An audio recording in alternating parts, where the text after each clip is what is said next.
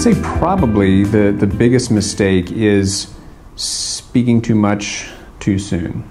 In other words, not really understanding perhaps the fullness of this person's experience. And so I think that's sometimes why if we kind of whip a scripture out of our pocket, it kind of feels superficial. It feels like it's not relevant to what the person was talking about.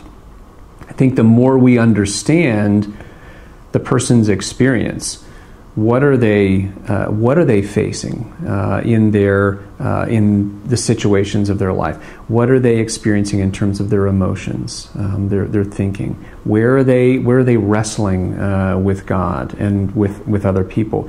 As I understand that more, then I think the Spirit can help us make those gospel connections and make those biblical connections. Even so, that doesn't mean that you have to quote chapter and verse.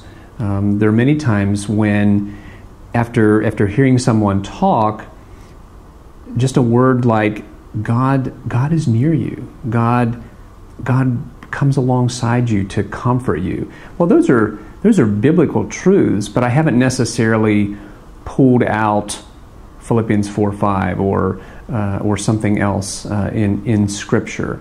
So there are times when, yes, I may want to use a specific verse, particularly if it's something that has been meaningful to me lately and it seems to connect. Then it's not simply just running through the Rolodex. Well, there are no Rolodexes anymore, but you know what I mean. Running through my brain to pick out a scripture that matches with this person. It's usually much more organic than that, much more off the cuff. So it's rare in a conversation with a friend that I'll just bring out the scripture and use a particular chapter and verse. That doesn't mean our conversation isn't gospel-centered.